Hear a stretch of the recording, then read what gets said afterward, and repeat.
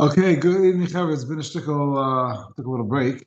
Um, yeah, but we're up to that. Hey, Amanal at the top, the Mishnah, and as Hashem, we'll need a little hustle to finish by in the 9 days. And worst comes to worst, we'll have to eat Malachis. Okay, exactly the Mishnah. That's Nisan.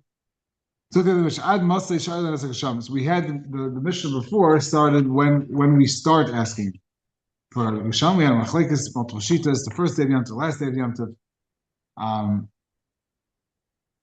I think there's other sheets also, but I forgot them. But we're now asking until when? Until the end of Pesach. Until the end of Nisan. And I'm going to bring down for you Geshem, and it's B'lashon Bracha. It's B'lashon that it's a good thing. And in Berishan in the first month, and it doesn't specify which month, which day of the month. So it's actually the whole month is a simon bracha for rain. So until Cheshvan starts, where that's a problem for rain. Nisan Iyar. I'm sorry, I just jumped from Pesach to Sukkot. But when Iyar starts, then it's already not a simon bracha, and that's when we're going to stop saying Mashavach Mariyash. Look at the Mishnah. Look at the Gemara. Amalei, Rav Nachman, Rav Yitzchak, Yoida b'Nisan. Yoida b'Nisan. You're telling me that Yoida. The pasuk says "V'yared lechem geshem u'moira," which is lashon Yoida u'malchush b'rishon. So he said Yoida b'Nisan Yoida b'Cheshvan. How do we know the Tanan Yoida b'Cheshvan u'malchush b'Nisan? Malchush is in Nisan, but Yoida is in B'Cheshvan. So why is the pasuk over there refer to Yoida or Moira in that context in Rishon of Nisan, Rishon, which is referring to the first month of Nisan? This is what I heard from Yechanan. It said we made Yoel ben Pesuel. This whole sugya is spoken by Yoel ben Pesuel. The pasuk of a Yoel lechem geshem moira u'malchush b'rishon is in the days of Yoel. In fact, if you look on the side of the entire ayah, it brings down that the pasuk is in Yoel. So that's by Yoel. The Skayim. We made Yoel ben Pesuel. The Skayim mikra zed chsiv be yeser hagazim achal ha'arba. Whatever the gazam locust, there's different types of locusts. Whatever the gazam is going to leave over, the arba will eat. In other words, they had a tremendous famine leading up to these events. Ayis Shana, that year, Yatza Adar Veloy Yardu Geshamim. Adar went out. In other words, Adar finished, and they did not have any rainfall. Yardu Lehem Revia V'Sharim Echem Nisan. Now the first day of Nisan Baruch Hashem, they must have done a whole tinus protocol, and they got rain the first day of Nisan. Now, they don't know what's going to happen the rest of Nisan. So if it rains once and you plant, that's not enough. That's not enough to grow. So Amar Lehem Navi Yisrael. The Navi said to Yisrael, Tzu'u v'zru, go out and plant, go out and seed. Amar Lai, they said to him, Mishi yesh le'kav chitim ha'kavin ha'kavayim sa'irim. If someone has a kav of chitim or two kav of sa'irim, yechlenu v'yechya, should he eat them and live?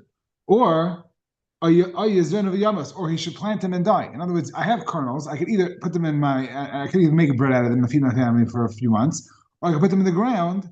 And if there's no second rain, then those seeds those kernels will just what's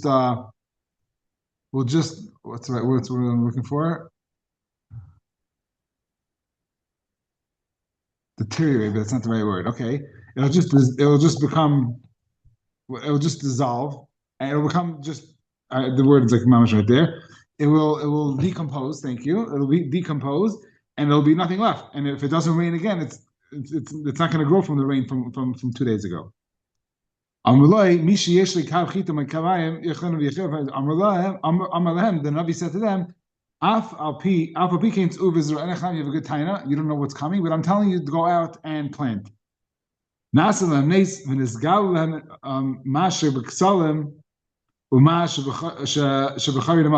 go back, because even if it does take off, even if you do get rain, it's not going to be ready for 6 months. So what are you going to eat? You take your whole stock, you plant it, and then you have to wait 6 months. What are you going to eat for 6 months? So he says, okay, you have a good time, but go out and plant. And there was a nace that they found all the kernels that the Achbarim put away in the cracks in the walls, in the anthills, and in Mamashik, all the little places. They found all those kernels, and they were able to sustain themselves on those kernels, on that food, until the plants were ready, which you see was not very long. We're going to see later on. So they went out and planted again. Sheni v'shlishi revi. They planted a second, third, and fourth time. And the second rain came on the fifth day of Nisan. And they were able to be makir the Omer from that planting 11 days later. So we have to be makir the Omer on Yud, not Yud Zayin, Tez Zayin of Nisan, and the stuff that was planted in the first couple of days of Nisan, that the rain came down on the fifth day of Nisan, that stuff was ready already, that there was enough of a plant that they were able to reap it and to be makir it. Nimtzas tuah hagedela b'shisha chadashim gedela ba'achar asayim. Plants tuah that is normally takes 6 months to grow, grew in 11 days. Nimtza omer hakar mitzvah shel shisha chadashim kar mitzvah shel achar asayim. The same idea that again this Omer that is usually brought from Tzvua that was planted 6 months ago in Tishrei, and now in Nisan it gets collected. It gets reaped or harvested. Thanks. It took them 11 days. And on that generation it said on that Maisa it said this pasuk Hazarim b'dima berina yitzayru. Now what? That's Hazarim b'dima, those who plant with tears because they daven the Kadosh Baruch Hu and they planted with tears. They're able to be kaitzer, they're able to harvest with tremendous simcha. And then the end of the pasuk is Hazarim. We're going to see what that means in a second. Amar Yehuda, Shar kshush chayresh, the one who carries the seeds. In other words, the ox, he's schlepping. He's catching the whole way. But he's already able to eat finished product on the way back. So again, imagine you do one lap this way, and then by the time you come back, there's already enough for the ox to eat. That's how fast it grew again in that year. That he comes back, Berina. My nice elamasa. So what's come to me married by saying nice elamasa? Amrav Chizdav, Amrilav b'masisatana, kana zeres shibarles zertayim.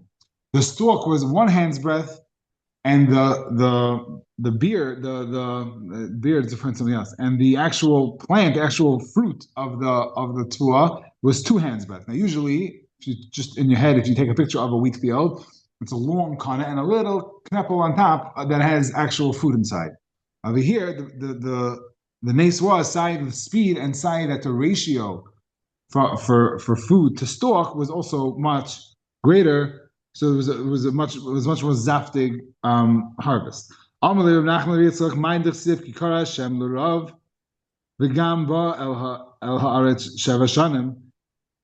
this pasuk is talking, this is referring to that the years before this they got saved with this rain. They had 7 years of a famine. What do they eat for 7 years? You tell me you have a famine for 6 months. Okay, the other one has reserves. You go to a neighbor, figure something out. 7 years, where do you eat from? They didn't have. Where are you keeping food for 7 years? Some of this is very disturbing. So just yeah. Fine. The first of the 8. What they had in the pantry. Shniya eichel masha v'sadis. They ate when it was left over in the field. Shlishas basa b'sa behematayra. They ate all their cattle. Obviously they don't want to eat the cattle right away because they need it to continue to work the field. But after a certain amount of time, you have to put your life, your sustenance first. Revius basa behema tmeya. They ate treifa animals. They didn't have a choice, and they were going to start this. They ate basa behema treifa, basa behema tmeya, not treifa. It's interesting to use the word basar over here, but I don't know. You don't think of like a is a bug fleshig? I don't know. It's interesting lashon, but it says okay. But I don't know why they didn't hunt. There's no other way of getting food over here. I guess I don't know. They eat mamish bugs. They lived off bugs. Shishas basar b'neim when they ate their own children in the 6th year. And Shvi is V'sar Zereseyim, and they ate their own arms in the 7th year. The Kaim Hashanema Ish V'sar Zeroy. A person will eat his own flesh to survive. Now, just I don't know if this is a dogma at all. I really hope it is because it's very disturbing. But just to go back, just a little nechama, some people obviously did have what to eat because they ask someone who has one kav of cider, what should he do? If nobody had anything to plant, then there would be nothing to plant. There would be no question. So obviously people did have some stock, and not everyone was pushed to this level of eating their own kids or eating basa tmeya. So it seems like some people were matzah from that. How they kept their resources is another chiddush. Fine. Amr Lei, I always said that God forbid there was a famine. This is what Yaakovinu did. We learned from Yaakovinu. There was a rav in Mitzrayim.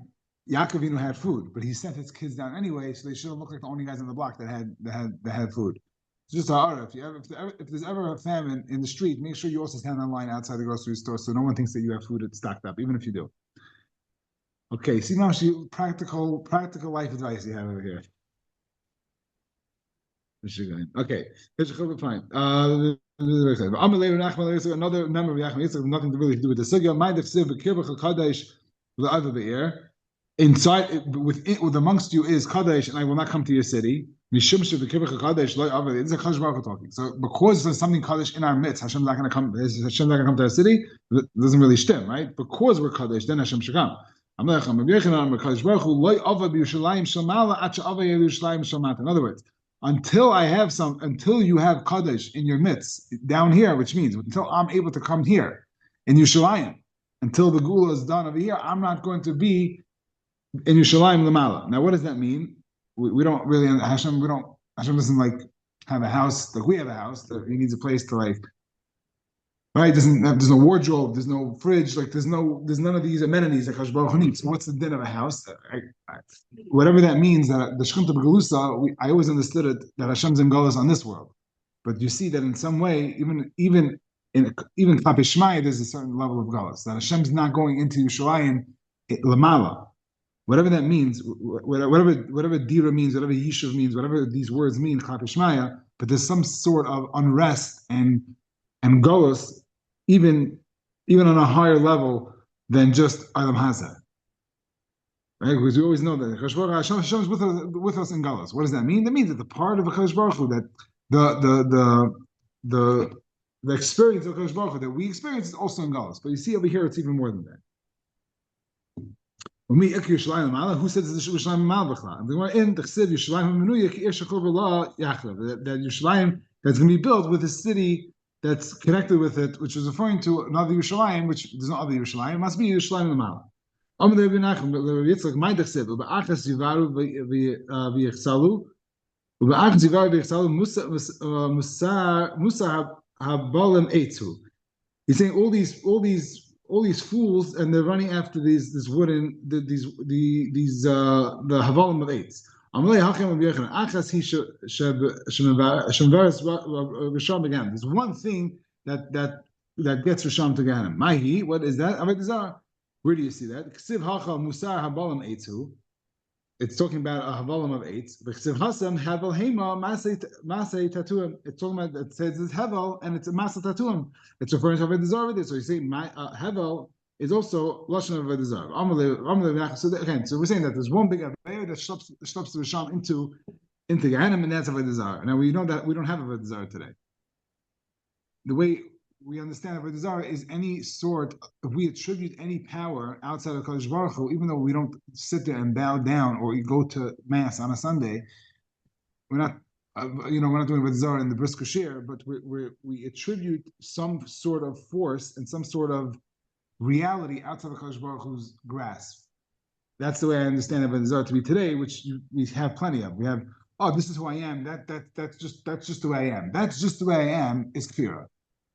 That's just the way I am is clear. That means this part of me that's not able to change, not able to adapt to Hashem's symphony. This is who I am, and whatever Hashem said is whatever. I don't know. It's not a gate to that. So any force that we attribute that we divorce from Hashem's control or existence, would be some form of a desire. There's two bad things that my nation. There's a Kadosh Baruch Hu talking about Klal Yisrael. There's only 2 averes. We did Esem Abed Shviku. He left out 24. It's different gears of 22. Depends what it means. Either the 24th, the 24th Sifra Tanakh, which means that we were over on all 24, or there were 22 because there was 24 averes listed there that we did, and he only mentions 2. This is what Yochanan said. This is what a Kadosh Baruch Hu means. Achas shehik shkula kishtayim. There's one aver that's like 2. What does that mean? My name of the Chsiv kishtayim rois asa ami. My nation did 2 bad things. I see azvu makar mayim chayim. They left me, which Hashem is comparing himself to a mayim chayim. Lachtzayv lahem vayreis barish anishbam. They went to go get broken cisterns. So Mayim Chaim, when you get water from Mayim Chaim, you get water from the eternal source. The Mayim Chaim is constantly flowing, and a cistern has whatever it has, and it depletes very quickly. And the fact that it's a broken cistern, which means that it doesn't really hold the water of the Chatchila anyway.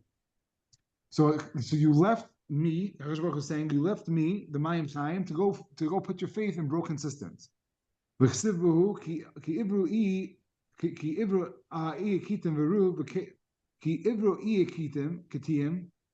Go check the aisles of Ketiyim, and go send out to Kedar, and go check out what's going on over there. Because why?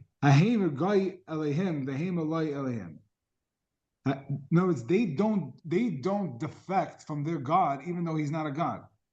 They have this amuna pshuta, they have this amuna to be davak in their shtusim, and they don't go to another shtus. But in other words, they have faith in something that doesn't have faith, that's not worthy of faith, and still they have faith in that. V'ami heimer kvoidai b'lo yoyel, and by me, Rosh Baruch says, you're leaving me for nothing. So even the Goyim don't leave one nothing for another nothing. In other words, their nothing that they found, they hold stark by. But you have something, you have everything, and you leave me for nothing. Tana. So we learned kiritim oivdim la'esh v'kedarim oivdim l'mayim. The machlokes over here, these 2 groups, one serves water and one serves fire. And even though they know that the water puts out fire, and the fire could cook up water, in other words, they each have a mile over the other, and it's obvious that this God or whatever, this force is limited, very limited. They don't rebel against their God. And my Chakadosh Baruch Hu is saying, the Jews, they leave without, and they go to a God that doesn't even help. So again, he said that's why it's like a double. It's 2. You're rebelling in me. Chakadosh Baruch Hu is saying you're rebelling in me, and you're going to something that doesn't have anything. It's worse than what the Goyim did if they did it, and they don't even do it. So that's what Hakadosh Baruch Hu says. It's like a double. It's a double punch. And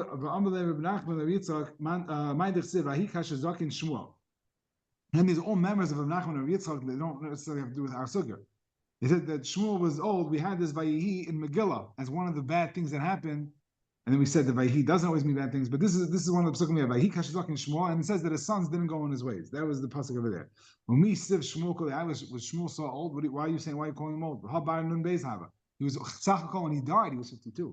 We learned in my katan, my Meis Benun Beis Shana. If someone dies at 52, Zel Misa Shel Shmuel. It goes through. If I remember the different types of misais. If someone dies at 50, it's kares, and 40, it's something else. I don't remember exactly. But I think this Gemara is in that context. It's listing different types of death, but at 52, you are good to go. That's Misa Shmuel. My youngest daughter, Bela, is named after her mother's mother, and we were nervous to name after her because she died very young. We found that she was 52. That we were told, that's Shmuel's age. It's not a problem. We don't have to add a name. We ended up adding a name anyway because we didn't love the name Bela, but we ended up naming her Bela. We call her Bela, so the Chaya is just bonus. But we ended up naming her Chaya Bela. But that's Mamish. This Gemara, Mamish played a role in my life. How I wasn't sure about naming my daughter. So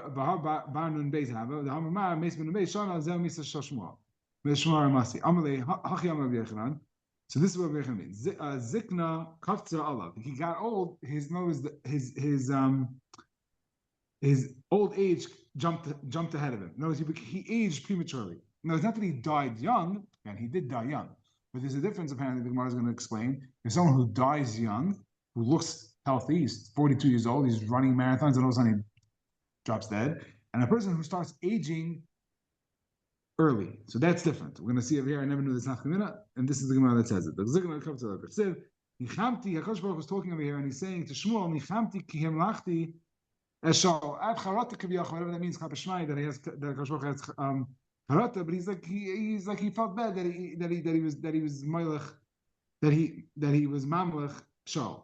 Shmuel was the one who anointed Shaul. Not that he chose him, but HaKadosh Baruch told him, go get Shaul. And we actually had that in the Gemara. We had that in, I want to say, Saita. The tznius of Shaul was that he didn't repeat to his uncle that Shmuel just anointed him. That's why we had that Gemara over there. I don't know what daf it is, but it's toward the top on Amud Beis. But so it's Shaul saying, so HaKadosh Baruch saying, I have charata.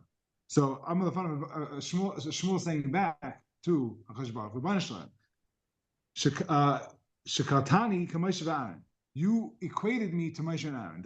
We have this in Tehillim. We say this every Friday. Moshe Aaron b'Kayanav, the Shmuel b'Karashmai. I'm not going to embarrass myself trying to do chazanas. But we said that Shmuel is the equivalence of Moshe and Aaron, whatever that means, in whatever way. Ma Moshe Aaron. So this is not in Tehillim anymore, right? This is Shmuel talking. Ma Moshe Aaron like b'Atam Ma'aseh Yadayim b'Chayim, just like Moshe and Aaron. Their Ma'aseh Yadayim, in other words, their Talmidim did not die in their life, referring to Yeshua ben Nun. Afani lo yizbata Ma'aseh Yadai. Don't let Shaul die in my lifetime. So if you're gonna take him off his melucha, I guess he's davening he should stay in melucha longer, because I don't think you can have a king that comes ice king and still hangs out. It's probably not something to get. Akash Baruch Hu said to himself, what should I do? If Shaul just kill Shaul like Chashavik Shmuel. Shmuel didn't left, which is an interesting concept, right? Akash Baruch Hu had an idea, and you have to scratch it at the board meeting. I spoke to Shmuel, he doesn't let. You know, that it's an interesting concept. We know it. It's how the guys are Akash Baruch Hu Gayim. And you see to what level. Akash Baruch Hu wanted to kill Shaul, and Shmuel said no. And Hashem listened to him. Lema Shmuel, should I kill Shmuel? Adzuta Miranani Abasi. People are going to talk about him. He's going to die young. People are going to say, oh, he died young because he had a virus. He's a big shayfet. He's a big, not a shayfet. He was a shayfet. He was a big knacker. He said he looked like such a guy, but he died young. He must have been that he had tremendous virus. Should I just let everybody live and be happy? But the Malchus David it's time for Malchus David already. And the ein Malchus Nagas bechaverta afilu malayim lima. The one Malchus does not get to overlap. It's the another Malchus even for a second. I figured it out. I know what I'm going to do. Akpitz olav zikna. I'm going to make him look old. So now, again, interesting. This nafkamina of someone aging prematurely, I guess, would get rid of the rumors. People wouldn't say that he just died young, must be out of heirs, which is a very interesting concept. I did not know that.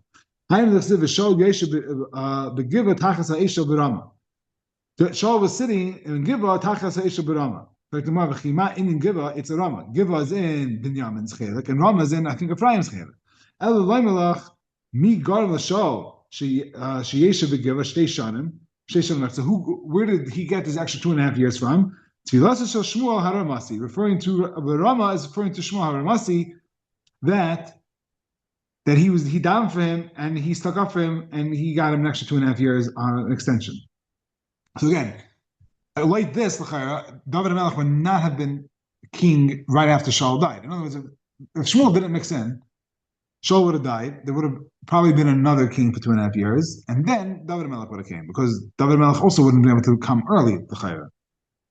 That's the way I understand this. I didn't see that inside, but that's the what would happen. Are you going to kill someone just to make room for someone else? In other words, are you going to kill Shmuel to make room because of David? And we're in Shmuel ben Achmeni Amar Rav Yechanan or Rav Yonasan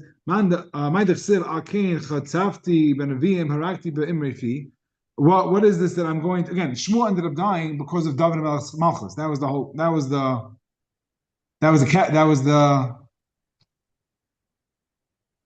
thing that's what caused it. What's it called? Something that causes? Not the conductor. Catalyst. The reason why Shmuel had to die was because David had to become king. So is it like Shmuel didn't do anything wrong, and because David had to become king, he gets killed? He dies? Then the Gemara says, yeah, because it says, I killed the Nevi'im with my mouth. Not with their masay. In other words, Shmuel didn't do anything that he deserved to die. With my say so, because I need to be David, that's why Shmuel had to die. So you see that one person has to get pushed off for someone else. That's how Hakadosh Baruch Hu runs his world. They sat by Yisuda, and we know the halacha is that if you sit two people by Yisuda and there's no Divrei Torah, it's a Moshe Veitzim. So Amar Menachem Rav Yitzchak Leim L'Ma'amel to say episavart. Amalei Hachim Rav Yochanan Ein Masichem Besuda. We don't shmooze by Sudas. Shem Yaktim Kan L'Veshet. So he tells him this halacha. It's a little bit passive aggressive. You don't shmooze by Sudas because maybe I'm going to choke. You have a sakana. Basa Desal after. Maybe before benching even, or after they finish eating. Amalei, this is what Yechon said. Yaakov Avinu loy meitz. Yaakov Avinu didn't die. Amalei, he said back then, v'chadi, and is it for naught? Is it for everyone? In other words, was it for nothing? That what? Sfadu, savdanaya, that the haspedim, that the guys who were maspid, they were maspid, the chanatu, chantaya, and the not Ibam, I think it's Ibam. The mummy guys, they did their thing. He had a whole team over there. He had a spadin, he had klura, he had mummification, he had the embalmment. I'm telling you, Pshat and Pasuk.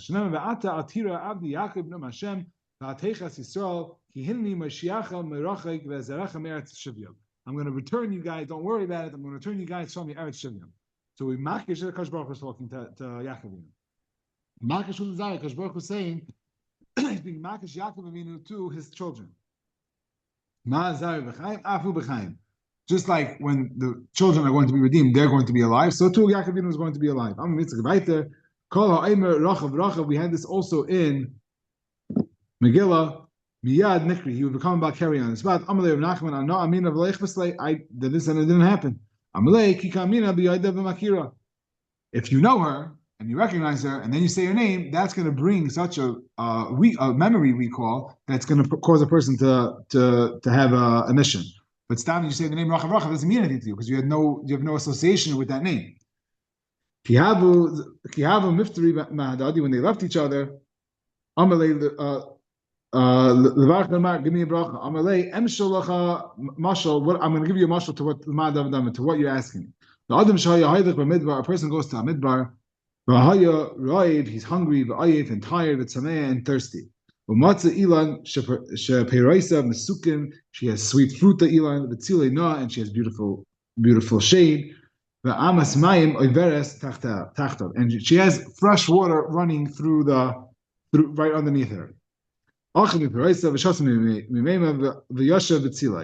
interesting, it switches out of order. But okay, in other words, in the first Gemara says eating shade and drinking, and then the Gemara switches to eating, drinking shade.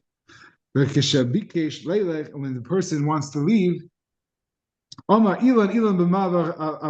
can I bench you, Elon? You have everything.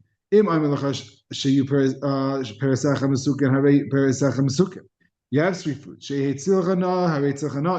have amazing shade. You already have everything. You have food. You're the trifecta. You have food, water, and shade. There's nothing else I can ask you. I can ask from you that I can give you bracha that you should be able to accomplish. No, what the tree can't give a gemara shir, can't do gemil chasadim, can't save people from cancer. A tree could provide these three things, and it's doing an amazing job. So what else should I give you? What's bracha should I give you? I'm going to give you a bracha that everyone that comes out of you should be the same way. So this one turns to the other. I'm not sure who's talking to who. It's not really clear. Rabbi Yitzchak is doing the talking the whole time. But he's saying, so what should I do? If I give you bracha for Torah, you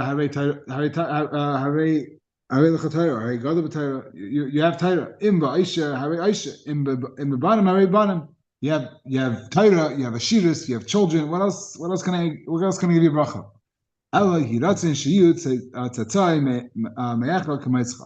But I'm going to give you a bracha that your offspring, your children should be like you, should have Gedula and Ashiris and Torah all b'makam echad.